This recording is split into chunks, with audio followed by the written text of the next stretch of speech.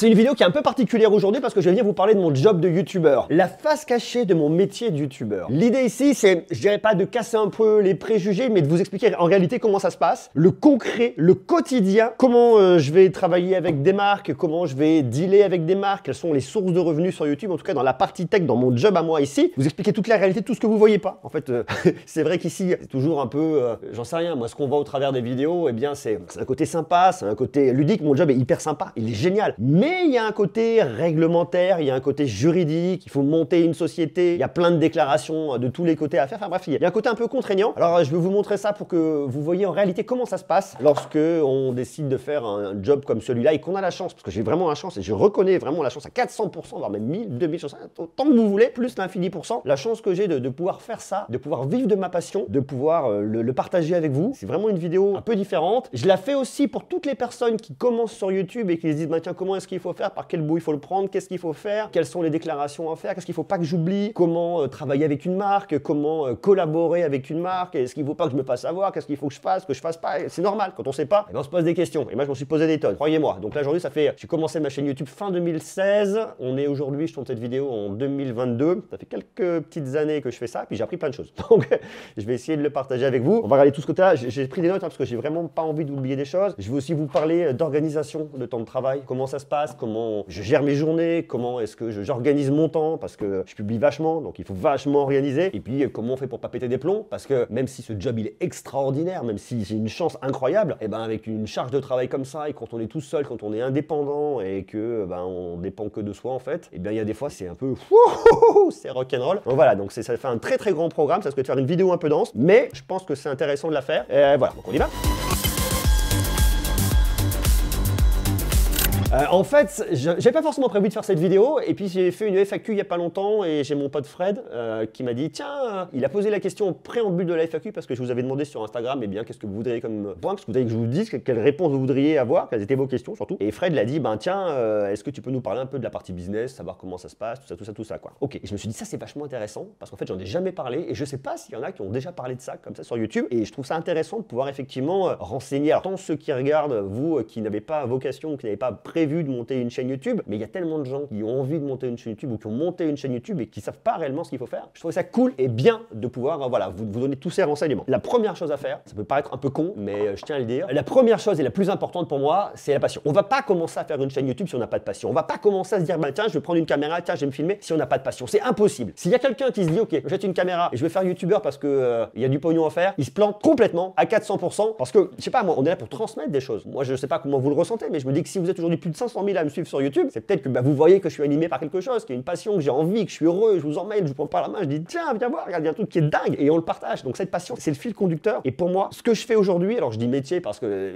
j'en vis et puis qu'il y a toute une structure et que voilà, mais c'est la passion. Sans ça, il n'y a rien. Donc cette passion, elle est là, elle est intacte et c'est vraiment le fil conducteur et c'est le moteur. Donc la première chose à avoir, c'est la passion. Parce que sans passion, vous n'allez pas tenir des heures à passer, des heures à du montage, des heures à chercher des sujets, des heures à tourner, des heures à structurer. Bref, ça, c'est pas possible. Donc la première chose, c'est la passion. Donc ça, c'est vraiment un truc le plus important et je voulais le voir avec vous. Et puis il y a le deuxième point, on va commencer à rentrer dedans, ça c'est un sujet un peu plus mais il faut y aller, c'est le côté un peu juridique. Parce que quand on commence à avoir une chaîne YouTube qui commence à marcher, qu'on commence à avoir quelques abonnés et qu'on se rend compte, bah tiens, que ça commence à générer un peu de revenus, qu'il commence à se passer un peu quelque chose, il faut commencer à structurer. Alors on va structurer, je vous ai pris un papier, j'ai pris des stabilos, j'ai pas de marqueur noir, désolé, j'espère que ça vous ira. Je sais pas d'ailleurs ce qui sera le mieux pour lire, si c'est le rouge ou si c'est le vert, je regarde. On va tenter le vert pour commencer. La première chose à faire, quand j'ai commencé à faire mon activité, je faisais autre chose et j'étais en auto-entrepreneur. Donc j'avais déjà la structure qui me permettait bien de pouvoir facturer et d'avoir un statut. C'est hyper important parce que si on commence à faire une chaîne, je vous dis qu'on commence à générer un peu d'argent, il faut vous protéger, il faut avoir un statut, que vous ayez un job à côté, que vous n'ayez pas de job, que vous soyez demandeur d'emploi, faites le premier statut et le premier statut, c'est vachement bien en France. Je pense que dans d'autres pays on peut le faire, je sais pas si en Belgique, si en Suisse ou dans quel pays est-ce que vous êtes, est-ce que vous pouvez le faire ça. En tout cas en France, nous, on a le statut de auto-entrepreneur. Voilà, je sais plus écrire. Et ce statut-là, il est vachement bien parce que d'une, il vous permet effectivement d'avoir beaucoup de flexibilité, il vous permet de facturer. Je crois qu'en charge, vous payez 25% de charge avec un versement libératoire de l'impôt, donc c'est quand même vachement intéressant et ça vous permet d'avoir, je dirais, une première structure pour pouvoir travailler. Donc ça, c'était le début. Après, j'ai été voir un comptable et le comptable m'a dit, Monsieur Granet, c'est mon nom, Monsieur Greux, il va falloir commencer à structurer différemment parce qu'il y a des choses qui prennent forme et auto-entrepreneur, c'est bien, mais c'est pas du tout protecteur. Ça vous permet d'avoir effectivement une structure, mais ça vous protège protège pas. Donc si vous avez moins de problèmes, eh bien vous êtes l'entreprise et vous pouvez avoir des problèmes. Donc on s'est dit, eh bien, on va faire différemment. On va créer ce qu'on appelle une EURL. Voilà.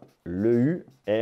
L'EURL, en fait, on va pas faire un truc droit des entreprises, hein, mais l'EURL, c'est une SARL unipersonnelle. C'est-à-dire que c'est une société à responsabilité limitée unipersonnelle. C'est-à-dire que vous êtes la seule personne dedans. Alors on peut avoir des employés, ci et ça, mais vous êtes la seule personne au capital. Donc vous êtes la seule personne qui a cette boîte-là. Alors après, il y a une autre possibilité, une autre structure qui existe, c'est la SASU, qu'on peut venir également créer. Après, il faut voir, hein, vous, comment est-ce que vous prévoyez de faire les choses. Et ça découle de la SAS, qui est la société par action simplifiée. Quelle est la différence avec le statut d'auto-entrepreneur? Eh ben, c'est qu'en fait, auto-entrepreneur, l'entreprise, c'est vous. Alors dans tous les cas, ça sera moi qu'on verra à la caméra, mais c'est vous l'entreprise. Donc si on vient chercher quelqu'un pour un problème lié à l'entreprise, c'est vous. Tandis que là, il y a une interface, c'est l'entreprise qu'on vient voir. L'entreprise est une personne morale, qui est une personne différente de vous. Donc vous êtes, je dirais, protégé derrière l'entreprise. Et ça, c'est vachement important et c'est un truc qui est vraiment important à faire. En fait, votre entreprise, c'est une boîte à outils qui vous permettra de gérer votre activité le plus simplement possible. Alors après, effectivement, on peut venir vous chercher derrière vous s'il y a un problème de gestion, si vous faites n'importe quoi avec la société. Là, c'est vous, en tant que gérant, parce que vous êtes le gérant de votre société, on peut venir vous chercher. Mais sinon, vous êtes quand même vachement protégé, ça c'est cool.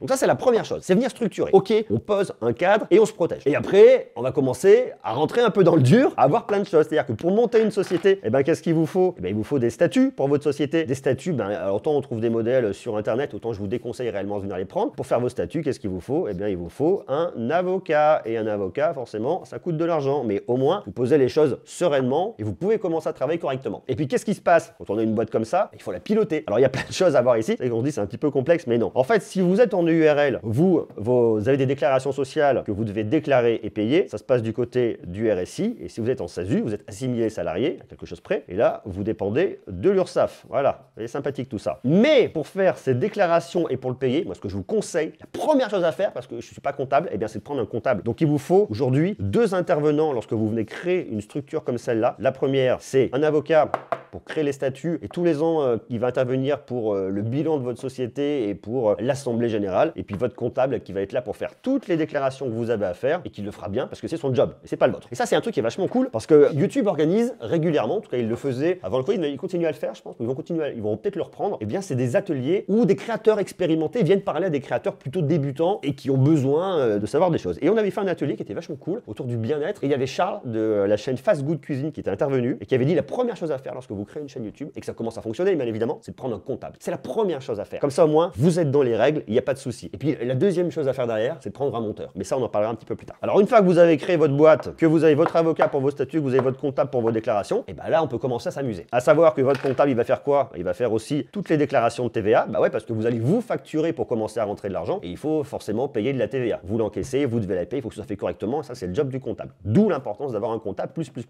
Vous avez ensuite toutes vos déclarations d'IS. L'IS, c'est l'impôt sur les sociétés. C'est pas différent de n'importe quelle société. Chaque société doit fonctionner comme ça. Mais là, comme on est dans un métier effectivement où on se dit, bah, je commence un job passion, c'est bien d'avoir cette vision, comment structurer sa boîte et qu'est-ce qu'on doit payer pour pas avoir de surprise. Alors votre comptable, il va vous faire également votre bilan comptable. Donc comme ça, hop, il vous fera le bilan à la fin de l'année. Voilà ce que vous avez gagné, voilà ce qui va pas ici et ça. Tandis que l'avocat, lui, il va venir rédiger ensuite, je dirais pas le bilan, mais venir rédiger l'assemblée générale, déposer votre bilan auprès du greffe du tribunal de commerce. Bref, toutes ces démarches administratives qui sont super importantes et que je vous conseille de faire par des professionnels. Ça, il y a un autre truc qu'il faut faire et j'ai l'impression qu'il n'y a pas beaucoup de créateurs qui le savent. C'est ce qu'on va venir appeler ici, vous devez le faire tous les mois, c'est ce qu'on appellera une DES. Alors la DES, c'est quoi? La DES, c'est la déclaration européenne de service. C'est une déclaration que vous allez faire de tout ce que vous avez gagné sur le mois en cours et vous la faites auprès des douanes françaises. Alors rassurez-vous, ça, c'est pas un truc que vous allez payer. Mais ce qu'il faut savoir, c'est que si vous commencez à générer de l'argent par des revenus d'affiliation, que vous commencez à toucher de l'argent par Google, et bien qu'est-ce qui se passe?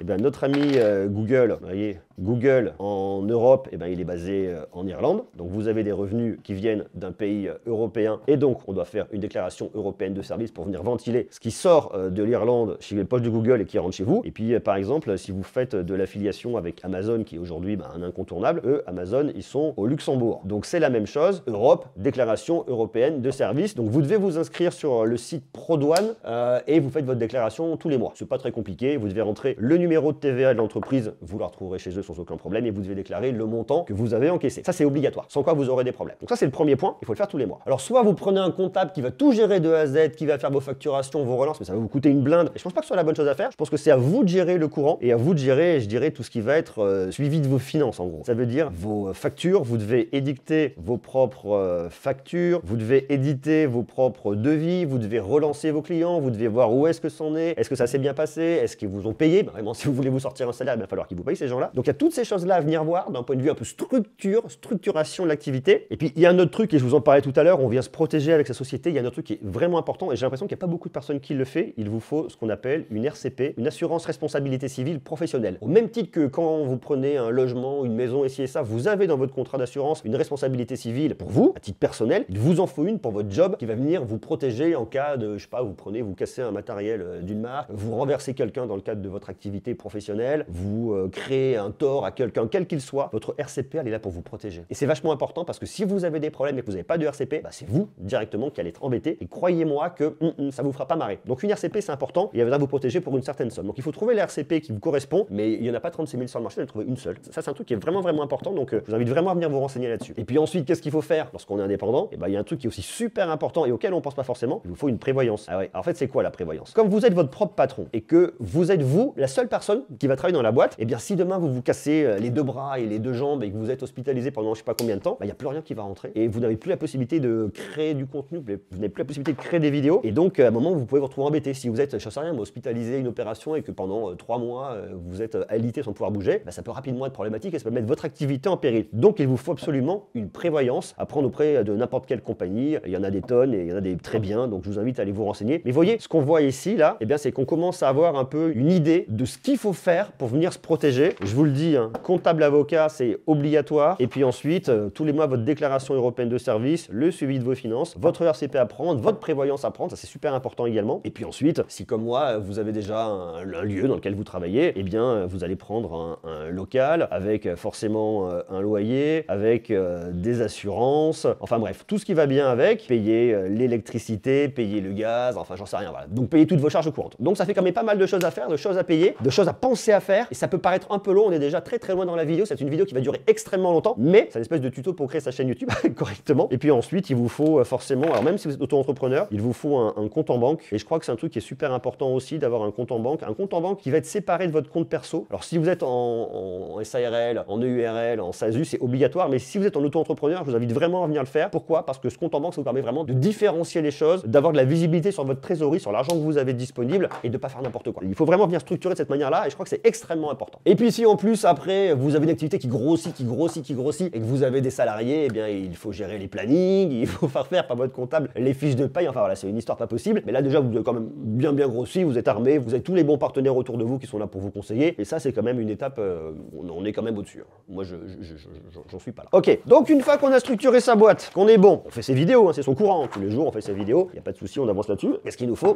Bah maintenant il faut qu'on parle un petit peu de revenus. Comment est-ce qu'on génère des revenus? Alors forcément tout va se faire un petit peu en parallèle, hein, je prends un peu de façon décousue, mais aujourd'hui sur YouTube, il va y avoir, en tout cas moi j'en ai 4 principales sources de revenus. Alors l'idée ici c'est pas de vous parler d'argent, hein, mais c'est vraiment de vous montrer, de vous alerter, de vous expliquer comment ça fonctionne. On va avoir le premier, bah, ça va être la publicité sur YouTube. Donc la publicité sur YouTube, elle se fait au travers d'AdSense, sur lequel il faut que vous soyez inscrit, qui est la régie publicitaire de YouTube qui va vous verser en fait votre argent. Donc là effectivement, eh bien, vous voyez que c'est l'argent qui rentre de Google Irlande qu'il faut déclarer via la DES, la déclaration européenne de service, auprès de vos douanes tous les mois, ok. Ensuite, vous allez avoir, si vous mettez des liens pour des produits que vous aimez, que vous avez envie de présenter, eh bien vous allez toucher ce qu'on appelle des revenus d'affiliation, Donc l'affiliation aussi c'est super cool parce que vous dites ben tiens j'en sais rien, moi je fais de la tech donc j'adore certains produits, j'en sais rien, moi je vous présente un iPhone, eh bien votre iPhone si vous intéresse vous avez un lien dans la description, vous cliquez dessus et moi je touche quoi 3%, tout comme ça, 3-4% du prix de l'iPhone. Donc ça c'est voilà, c'est de l'affiliation, mais tout mis bout à bout, ben, ça permet de commencer à payer un peu des choses et puis ensuite vous allez avoir des vidéos sponsor, ça c'est du sponsoring, hop là, sponsor. Je dirais que c'est aujourd'hui ce qui fait tourner tous les youtubeurs et tous les gros youtubeurs, c'est les vidéos sponsor et elles vont être séparées en deux parties. Vous allez avoir ce qu'on va appeler l'intégration, c'est-à-dire des vidéos de 60 à 90 secondes que vous allez faire au début de votre vidéo, ou alors introduire et ensuite le mettre à la fin. Et puis sinon, vous allez avoir la vidéo dédiée qui va parler à 100% d'un produit qui vous intéresse, la vidéo dédiée avec 2 E. Donc voilà, donc on a ces principales sources. Après, il peut y avoir d'autres choses qui arrivent, vous allez pouvoir faire de l'animation à droite, à gauche, j'en sais rien. Enfin bref, il y a plein de choses qui peuvent arriver. Mais ça, c'est la base. Et cette base, elle est super importante parce que ça vous permet effectivement de voir où vous allez, d'avoir un peu de visibilité. Mais il faut faire extrêmement attention. Pourquoi? Parce que lorsque vous allez travailler, alors l'affiliation, c'est facile, hein, c'est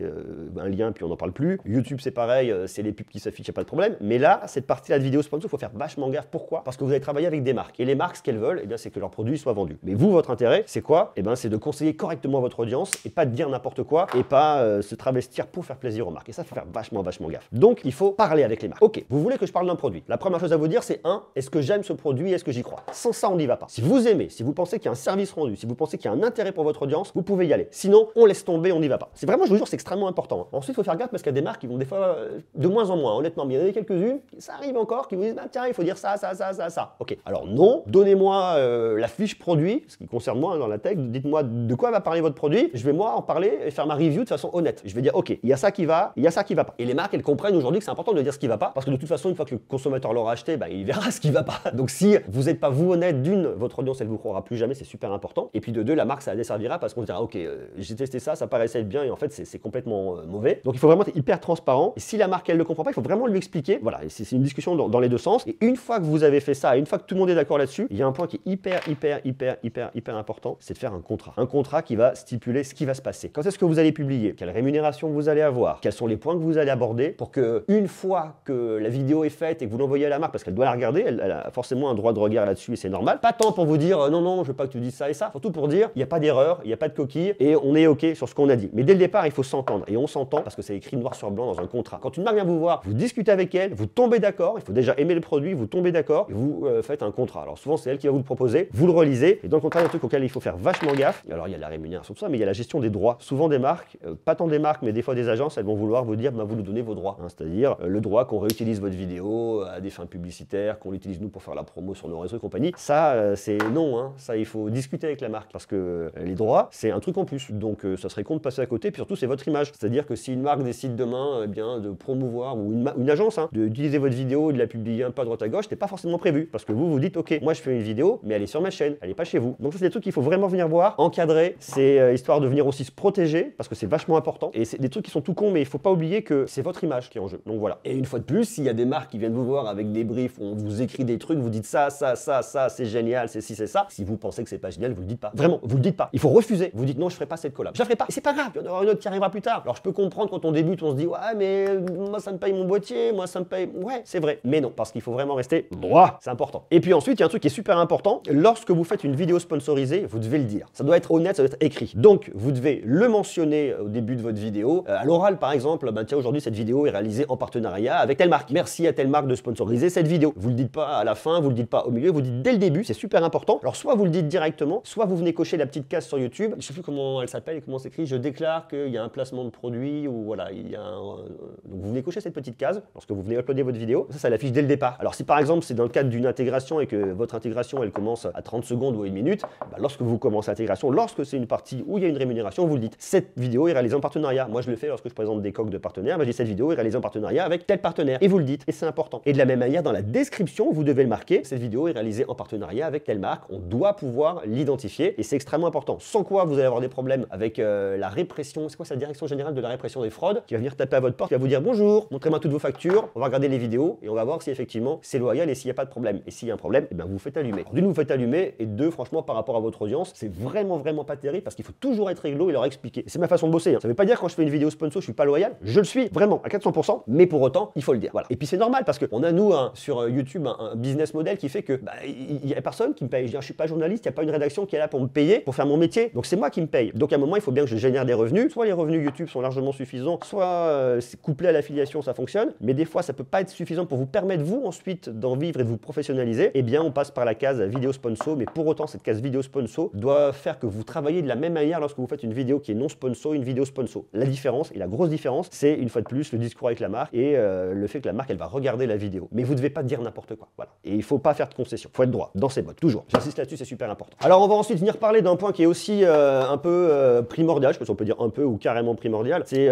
votre organisation de votre temps de travail. Et c'est vrai que, allez, on se dit, et quand je regarde des vidéos YouTube, parce que je regarde moi aussi, hein, vous doutez que je suis un grand consommateur de vidéos YouTube, je me dis, waouh, c'est génial, mais on se rend pas compte derrière du temps de travail qu'il y a. Et c'est un truc de fou. Alors, bien évidemment, et je vous le dis, on fait ça parce qu'on est passionné. Si on n'est pas passionné, on peut pas tenir dans la durée. C'est pas possible. Et puis on le sent, hein, je vous dis, la passion, ça se transmet. S'il n'y a pas de passion, rien ne se transmet et rien ne marche. À la bonne vôtre. Donc c'est super important. Moi, aujourd'hui, sur ma chaîne YouTube, la vidéo que je tourne tout de suite, parce que je les numérote en fait, celle que je fais tout de suite, c'est la 1198e vidéo que je tourne. Autant vous dire, j'en ai fait un paquet. Alors des fois, il m'arrivait de commencer des vidéos et puis de dire non, j'ai pas trop envie, je n'y crois pas, donc je la publie pas. Mais 1198e vidéo. J'ai énormément de vidéos qui sont publiées sur ma chaîne YouTube. Et en fait, moi, j'ai commencé à faire des vidéos sur ma chaîne fin 2016 et à vraiment commencer à bosser à fond dessus début 2018. Et aujourd'hui, je tourne cette vidéo, on est en 2022. Donc vous voyez, il y a en fait 4 ans et pendant 4 ans, 1198 vidéos. Alors qu'est-ce que j'ai fait? J'ai travaillé comme un bourrin. C'est-à-dire que moi, je suis quelqu'un de passionné, hein. C'est ma façon de faire, c'est-à-dire que je suis un boulimique de travail. Et quand j'aime quelque chose, je suis à 400% dessus et je fais que ça, que ça, que ça, que ça, que ça. Donc je suis on pourrait dire que je suis un peu un sauvage dans mon boulot, mais c'est parce que j'aime ça. Donc je bosse, je produis, j'ai tellement envie de vous montrer de choses, j'ai tellement envie de partager de choses que je fais que ça. Et en fait, ce qui fait que, et c'est super important à voir, il faut faire gaffe. Alors, je vous parle de mon cas à moi, mais pour que vous voyez, vous, ce que vous pouvez faire et faire attention. Et vous allez voir pourquoi. Parce que, en gros, de 2018 jusqu'à début 2020 avec le Covid, j'ai publié une vidéo par jour. Et ça, je vous parle de 7 jours sur 7. C'est-à-dire, j'écrivais, je tournais et je montais du lundi au dimanche inclus. Donc, ça fait une très grosse quantité de vidéos, mais ça fait aussi une très grosse charge de travail. Ça fait aussi beaucoup de fatigue. Ça fait aussi des grosses concessions qu'on va devoir faire par rapport à sa vie familiale, par rapport à sa vie avec ses amis. Donc, mais bon, voilà, ça correspond à moi, à ma façon de fonctionner. C'est pas dit que c'est ça qu'il faut faire. Je pense pas. Mais moi, je suis un gros boulimique de travail. Voilà, donc il faut faire gaffe. Donc, ce qui est super important, c'est de venir structurer comment on travaille. Alors, il y a des outils pour venir bien gérer ça. Moi, tout au début, j'utilisais un outil qui s'appelle Trello, qui est cool, hein, qui vous permet effectivement, c'est de la gestion de base de données. Hein. Voilà les sujets que j'ai envie de faire, voilà les sujets que j'ai fait, voilà ce que je vais publier, voilà ce que j'ai publié. Mais Trello, c'est pas mal, mais c'est pas suffisant. Et je suis passé sur un autre outil que je trouve beaucoup plus performant, qui s'appelle Notion, qui est gratuit si vous êtes tout seul à l'utiliser. Et puis, c'est pas très cher si vous êtes en équipe. Donc, Trello, c'est bien, mais bon, passez sur Notion. Et Notion, c'est ouf. Je peux gérer tellement plus de choses. C'est pareil, hein, c'est de la gestion de base de données. Enfin bref, c'est une espèce de... Faut que vous alliez voir. Mais là-dessus, je vais venir noter mes idées de vidéos, les vidéos qui sont en cours, les vidéos que j'ai tournées, où est-ce que j'en suis. Je peux venir lire, bah, tiens, lorsque j'ai un partenariat, je peux venir le lire. Enfin bref, faire plein de choses croisées. C'est un outil qui est extrêmement puissant. Donc ça, c'est vachement bien. Et puis ensuite, lorsqu'est arrivé le Covid en 2020, ça a été compliqué, comme tout le monde, je pense, en se disant, bah, je vais moins pouvoir bosser, je vais moins pouvoir faire de vidéos tous les jours. Pourquoi? Parce que j'ai une compagne qui travaille, ouais, et que j'ai mon fils. Et que mon fils, je lui faisais l'école, du moins pendant le premier confinement. Donc ça n'a pas été extrêmement évident. Et j'ai dû baisser le rythme de publication. Ça m'a créé un stress énorme. Mais j'ai fait des trucs intéressants. J'ai pu faire de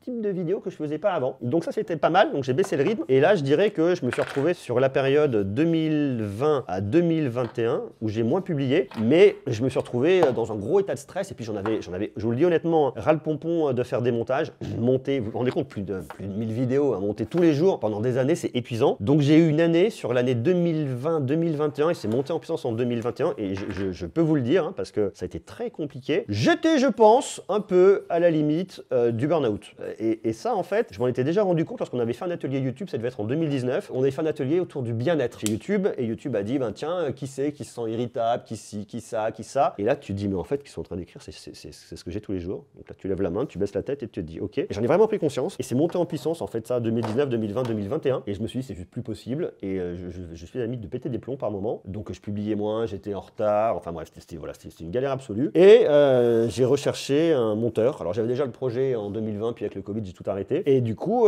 j'ai cherché. Et au final, j'ai fini par trouver une boîte de prod qui me fait tous mes montages. Donc tous mes montages aujourd'hui sont faits par une boîte de prod et que je remercie, qui bosse super bien. Et d'ailleurs, coucou au monteur.